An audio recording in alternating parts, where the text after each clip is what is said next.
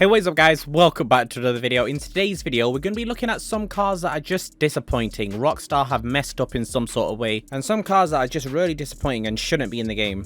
The Issy Rally, a car that just came out the other day. This little mini, if you were to put a price tag, you'd think is around 1 million with GTA's inflated price. 1.8 million it is. And this is a HSW car, so you have to go and spend an extra 650,000 just on the upgrade, and then there's extras for the turbo is 100,000. It gets very expensive for this car. And the thing is, I think GTA know this is a ridiculous price, so they added a scarcity to the vehicle. So this vehicle is only limited time. You can only buy it for this week, and then it's gone from the website. We don't know if they're going to bring it back. If they ever will, they'll probably do it after the DLC, all the drip feed cars are out. But what a silly concept. Like, this is literally scarcity. This is scaring people into buying the vehicle so they don't miss out. So a lot of people have no other choice. If they like this car, they have no other choice than to just work for it, then be able to buy it before this weekend's. That is a bad look. That is a bad look, Rockstar. One of the best features from story mode, which I think a lot of you will agree with, is the fact that you could tow vehicles. I remember how fun it was just to tow a vehicle and then swing it around and mess around. Well, this ain't in fact towing vehicles, but it's the closest we got to it.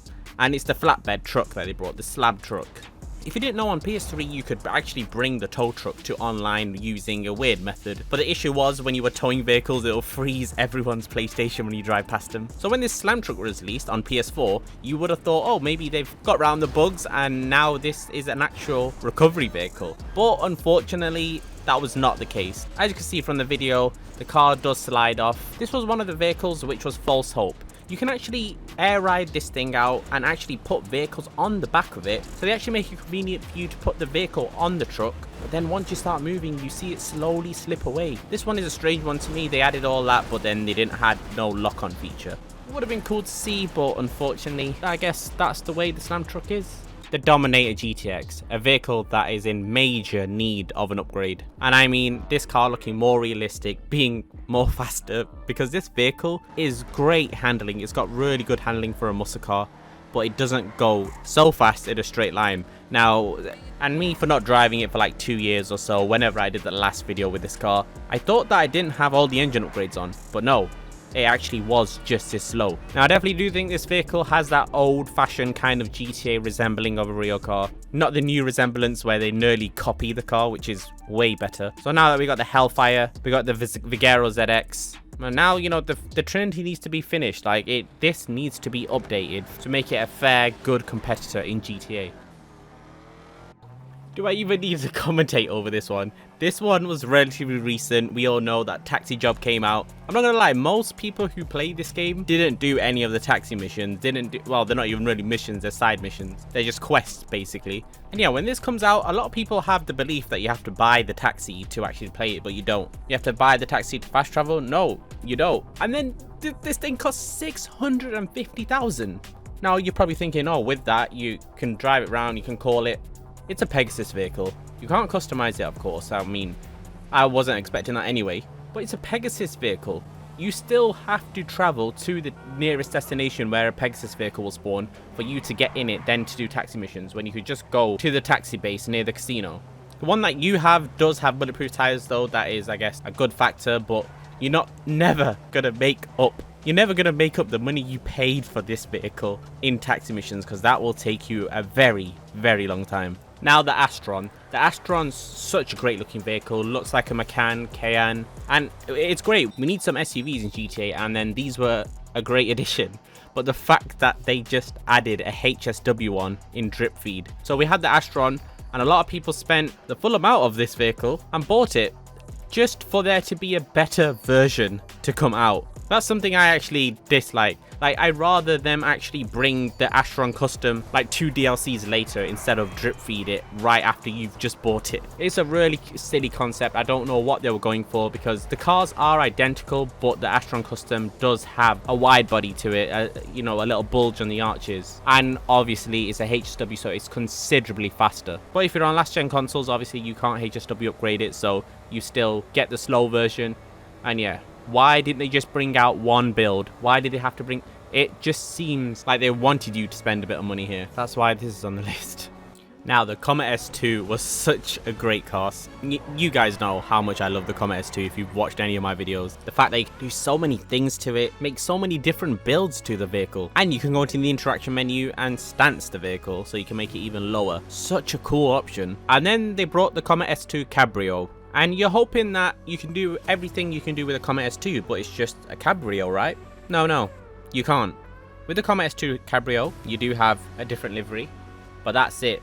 The rest, you're just missing out. So you can't customize the interior in the Comet S2 Cabrio.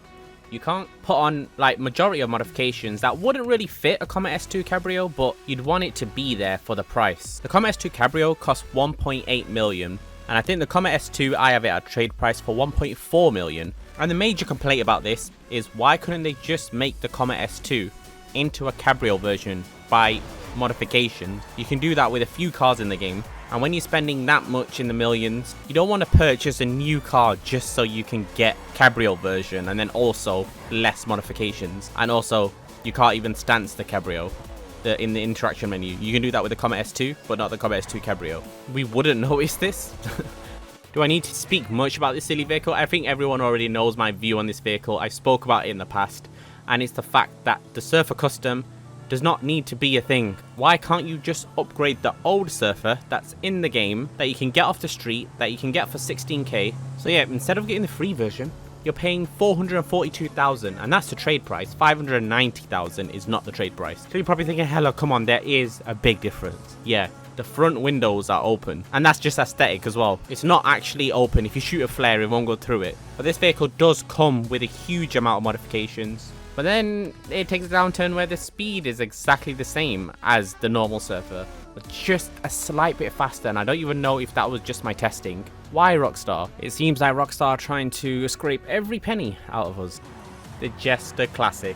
Now initially, when this vehicle came out, no one really complained. There were a few issues, like there being no headlight lens and there being a few issues with Windows, and they ended up patching that, fixing it. But there was one major complaint that initially rises. Like, nobody complains until one YouTuber makes a video or something about that bad thing, and then everyone finds it relatable. They were thinking it but never said it, and it was the handling of this vehicle. Now this is a really good sports car, and I think the way GTA made it, it should really handle like that. But we all come to know and love the tunable Supras, where you can put crazy power and then you want that action at the rear.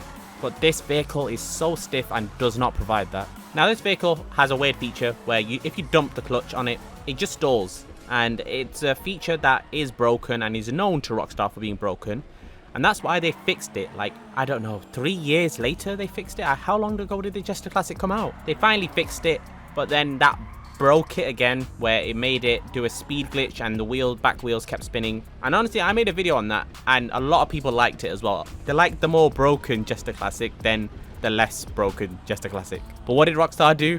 They patched it just to go back to their old broken method. So now it's the boring broken method again. And that double clutching, downshifting, whatever you want to call it, it doesn't just happen when you're deliberately doing it, it happens in races as well, and it's super annoying. And yeah, I think Rockstar, they can make it up to us by giving us a HSW version that behaves very differently, gives a lot more torque at the rear, and make it one of the fastest cars in the game.